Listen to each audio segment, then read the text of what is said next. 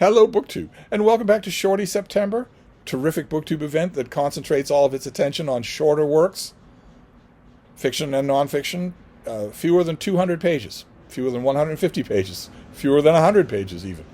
As long as it's a book, what are you reading for Shorty September? Short things that, contrary to what people might think, I am well known for liking long books. I love Shorty September. I love a short work that has a lot of punch to it. I've recommended quite a few of them to all of you over the years. And I have one today that I just love. I just recently found a hardcover, and I gave it a reread for the first time in years, and it's famous. It won't need much of an introduction, although maybe it's not as famous anymore. It's Goodbye, Mr. Chips by James Hilton, the author of Lost Horizon. And this is the story from 1934. This book is from 1934. And it's the story of a teacher at a boys' school, fictitious boys' school in England. And his, I guess you could call them adventures, his goings on at the school. His name is he's affectionately nicknamed Mr. Chips. It's a shortening of his name. And Chips goes about his life. We follow him about his very small, very modest life of teaching these boys and having lodgings and dealing with the rest of the faculty and whatnot. And this was originally a magazine article. Hilton originally brought it out in 1933 as a magazine article in England. And then an editor at Atlantic Monthly in Boston at the time read it and thought, oh my God, this would be so popular with our readers. They would love it. We must run it. So it ran in the Atlantic Monthly, and it was popular, to put it mildly. It was gigantically popular, so much so that the author realized this should be a book, and that maybe it should be published in America. There's obviously an appetite for the story of a quaint English school teacher at a quaint boys' boarding school. There's obviously an appetite for that in famously Anglophone America, so it was a book. And oh boy, was it a book. It sold unbelievably well. And was then published, in the UK and everywhere else. And that is largely because of its completely peaceful charm. It's kind of amazing. It's kind of amazing that would still survive. That is very slender. It's the type of thing that I've noticed, type of quirky little classic that English writers seem predisposed to create. I could name half a dozen books like this that have small or no stakes, small or no consequences, and yet are so utterly charming that they seem frozen in amber. You can go back to them over and over again and enjoy them. And this had several shots in the arm to its already robust popularity with movie adaptations. Robert Donat was in a movie adaptation of this that was pretty faithful and won him an Oscar. I believe he won Best Actor for his role as Chips. And then years and years later, it was also adapted into a very strange movie, a strange adaptation in color with Peter O'Toole as Mr. Chips and Petula Clark as his wife. In the book, Chips actually meets a woman named Kathy, and she changes him. She improves him. She broadens his mind. And she softens his demeanor, and he loves her dearly. And in the Peter O'Toole version of Goodbye, Mr. Chips, their romance suddenly becomes the whole point of the story. It isn't in the book, but it suddenly becomes that. And also there are songs, very period-heavy songs that are really not Broadway-worthy. Because Petula Clark played Kathy and I guess wanted to have a bigger part, or maybe her representation did. I don't know. It's odd that you would think that since Peter O'Toole is my favorite actor, you would think that would be my favorite version of Goodbye, Mr. Chips. But all I can think, I just watched it recently, and all I can think is how strange a movie it is. It's not really good, except in a few individual moments, almost entirely due to Peter O'Toole. Because when he was at the height of his power and he wanted to carry a scene, he could. regardless of what the scene was. He could do it. Like, for instance, there's one that, needless to say, that Peter O'Toole movie changes this book quite a bit. Moves it up in time. First of all, this book crosses the Terminator of the 19th into the 20th century, barely. Whereas the movie version is set during World War II. Part of it is set during World War II, and there's a wonderful moment about at the halfway point of the story when Chips is happily married and Kathy is pregnant. His wife is pregnant. At one point in the book, he loses both of them. She dies in childbirth along with the child. And there's a scene in that moment where he doesn't want the sympathy of other people. He doesn't want anyone to talk to him. He doesn't want the boys to be constantly coming to him with their problems. He doesn't want any of that at the moment. And at one point he notices the boys point out to him there are a whole bunch of letters accumulated on his desk, and they're a bit of April foolery, the book calls it. They're full of blank pieces of paper. And it's just, he didn't notice, and they don't know, so it's just an oddly antic moment in the midst of tragedy. And in the movie, Chips has been made headmaster of Brookfield at right about the same time that his wife dies in an air raid.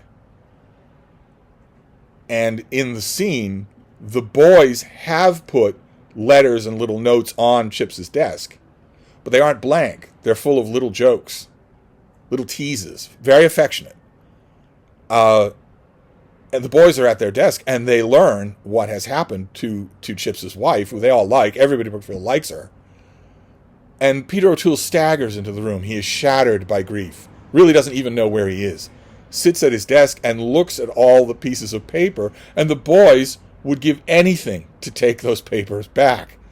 They know now that this is not the time for joking. They are mortified, but they can't do anything about it. Chips opens one of them, and it says they must be hard up for headmasters. And he just stares at it and says, "Yes, you're right." It's a heartbreaking scene. The movie showrunners make a heartbreaking moment out of what is heartbreaking in the book, but not quite so directly, not quite so sharp. And after that moment, after the point in the book where Kathy dies, Chips just goes on.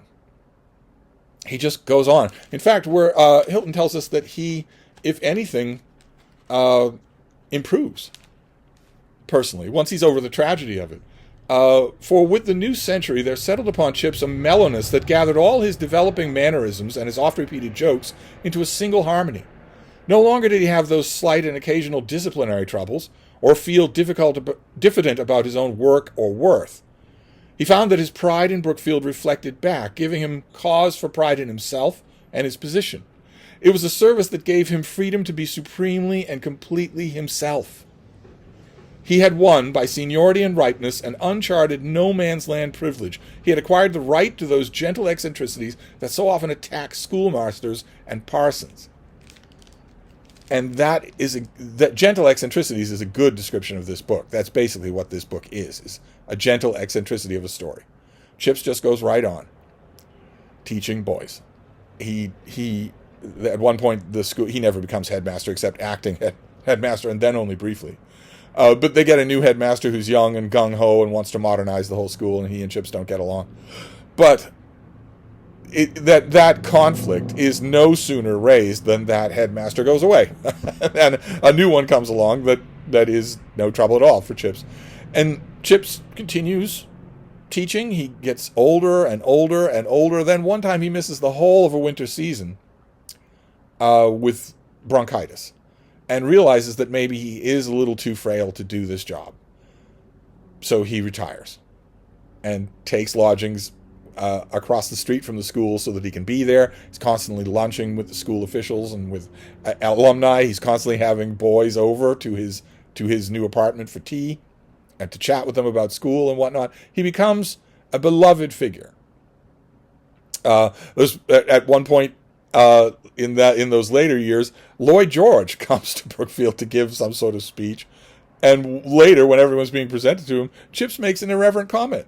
Says, I've heard that you were an obstreperous boy, but it seems to me that you've improved over time. And Lloyd George loves it. And they talks with him more than anybody else. And everybody in the audience says, well, Chips can get away with that. He's the only one who can. He's an endeared eccentric. And he gets older and older as time goes on. The 20th century wears on. At one point, rather touchingly, one of the boys in his class who usually behaves himself well is not behaving well. And Chips takes him aside after class and wants to know why, and learns that the boy is waiting for news about his father who was on the Titanic. And as if that weren't touching enough, in the next paragraph, Hilton tells us that the boy's father, it turns out he survived, and Chips would commiserate with the family, but he would commiserate with the father over the boy in very little time, meaning World War I, meaning the boy goes off to war and dies. Obviously, it's never stated, but that has to be what it's meant.